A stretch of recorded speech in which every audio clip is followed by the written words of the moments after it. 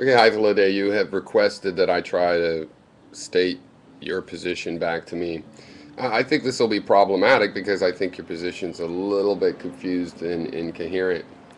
But yes, I understand you're saying there are problems with planned economies, and I agree. There are problems with planned economies, uh, specifically if we're talking about these communist centralized planned economies where all the prices are set by the government, all the resources, the manufacturing plants, the mines, everything is run by the government, the prices are controlled, and ultimately some prices are subsidized with taxes. Theoretically, a government that operated that way shouldn't have to charge taxes, if you think about it. But anyway, I think there are problems with that kind of economy. Absolutely. Um, I have acknowledged that already in this conversation. The issue is that two things. One, you want to take that and generalize from that idea of that meaning of planned economy into the word plan and into the word engineering. Like every plan that you have for the economy leads to the same results. Like the Nazis' plan for their economy had it's the same problems as the communist plans. And you also seem to want to deny that what we have now is a plan, a de facto plan. And since we're discussing it, even though the plan was already created before we were born, it's still the plan on the table. And if you say no, we just let it go the way it is, then you're endorsing this plan, this de facto plan. And you seem to want to not be endorsing a plan because you want to say that all planning leads to the same problems of planning. And I say it depends on what the plan is. And if you want to go into it, then you have to say, well, which things, what if you want to use this analogy or this relation, then what aspects of a Stalinist planned economy are evident in this Social Security commissary idea? Or the government pen. So the government pen idea was just to show that, look, the government actually already purchased a lot of sustenance goods because it has so many employees and so many different, circumstances, that there's already cheap supplies that could, you know, provide a lot of the goods in such a commissary. But it's not like a Stalinist planned economy. Why? Because those, the pens, for example, the cost of them is the cost of the labor and the materials, which come from where? From the regular private dynamic market driven economy. The price of the chemicals that go into the ink or the ink itself, those are set by market driven forces. Okay.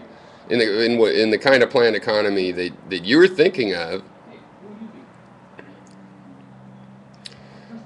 all of those prices are set and subsidized if desired by the bureaucrats or not, and so on. All of the raw materials are controlled or in a controlled planned production system. But that's not the case for this Social Security commissary idea. It's not the case of the government pens. Those are built buying pen ink from the market or the component chemicals from the market. Their cost represents a real cost that, excuse me, makes sense in the dynamic, market driven private economy. Okay, it's not a set price. The government does say, we will spend this much on the pen and you will produce it for that much. And, it doesn't do that. It pays what those pens cost. And because of the guarantee of I read, I think that the average employee gets like $11 an hour at these Industry for the Blind people that make the pens and these other products. If anything, the price will be greater than what it could be from a private competitor. Except for, of course, the government wouldn't be doing any marketing. There would be no focus studies on the kind of packaging you should have and the rest. They would just provide it. If you wanted it, your word of mouth, articles, news, it would not be marketed. So they would save that cost. Presumably so it could go into the labor of producing it. And also into a savings, a cheaper price in the end. But in no way is something like that subsidized. All right? It's just like when I buy a Teflon pan, you don't consider that a socialist product just because the government invented Teflon. Now, if they'd invented it just to create a nonstick pan, I would have a problem with that. But they didn't. They invented it for other missions that they were embarking on. And it's a spin-off technology. You know, the invention of a reliable pen for 50 cents is sort of a spin-off technology. It now exists as knowledge that could be produced for me, and the government is not subsidizing that. Okay.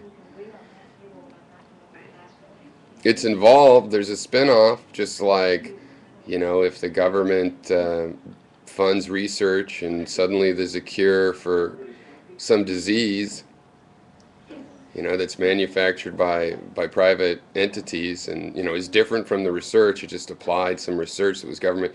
That's not a government subsidy in the product. You could say there's a government subsidy or support or whatever word you want to use in the research, and we could argue that.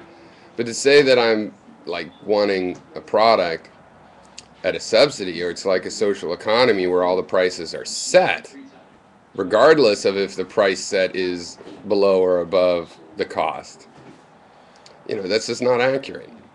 But I understand where you're saying, oh, planned economies have problems. Yeah, but you just have to get into the particular problems that they have and show how that they relate to this, because we already give Social Security payments to retired people, and it's already supposed to provide for their sustenance. So, you know, we're already doing the major part, the major philosophical part of this. Like, well, should we guarantee, should there be some sort of insurance plan or safety plan, safety net for these retirees?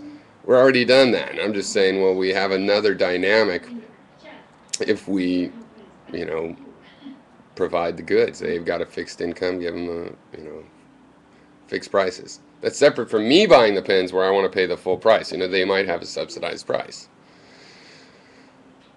And I see the similarities between that idea and a planned economy, but it's important that this idea is a subset. The prices of the pens are still set by a dynamic market. That's a crucial difference between this idea and what planned economy usually means, of the prices are fixed all across the board and the government controls all of that. Okay, so that's a significantly different system, because one doesn't let the market in for, say, anywhere, and then the other one still has a majority market-driven economy with a little subset so that we can help ensure that people don't just get left to die in the streets. So I think I understand what you're saying, but you know, you can't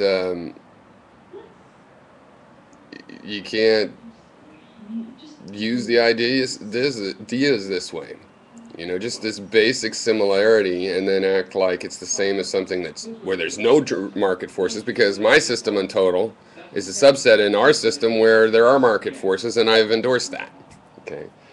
And further, you can't go and make aspersions on all kinds of planning. Like the economy will just not allow. It's too complex for human ideas.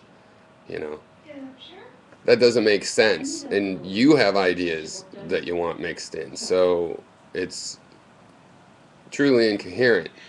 Okay, there's no way for me to put that sympathetically where I espouse, where I do some exposition on your idea as you see it. That isn't going to bring out this contradiction that, no, not all planning is subject to just one complaint, that it is planning. You have to say why it's going to result in a particular result.